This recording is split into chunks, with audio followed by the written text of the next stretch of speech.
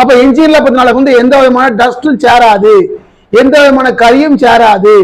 வெளியே வரக்கூடிய புகை பார்த்தீங்கன்னா கார்பன் டை ஆக்சைடு அப்படியே டோட்டலா மாறி உங்களுக்கு இப்ப எல்லாமே வரக்கூடிய புகை எல்லாமே ஆக்சிஜனா மாறிட்டுனா அந்த ஆக்சிஜன் என்ன ஆகும்னா மேல வரக்கூடிய ஓசோன்ல ஓட்ட விடாம பாதுகாக்கும். பாத்தீங்களா, ஒரு கல்ல ரெண்டு மகா மாறி, அதாவது ஓசோன்ல ஓட்டையை அடைச்சாச்சு, இன்ஜின்ல பார்த்தீங்கன்னா சுத்தமாக்கியாச்சு. ஒரே நேரத்தில் ரெண்டு வேலையை பார்த்தோம். மேல் கொண்டும் நம்ம சுவாசிக்கக்கூடிய காத்தும் சுத்தமா மாறிடுது.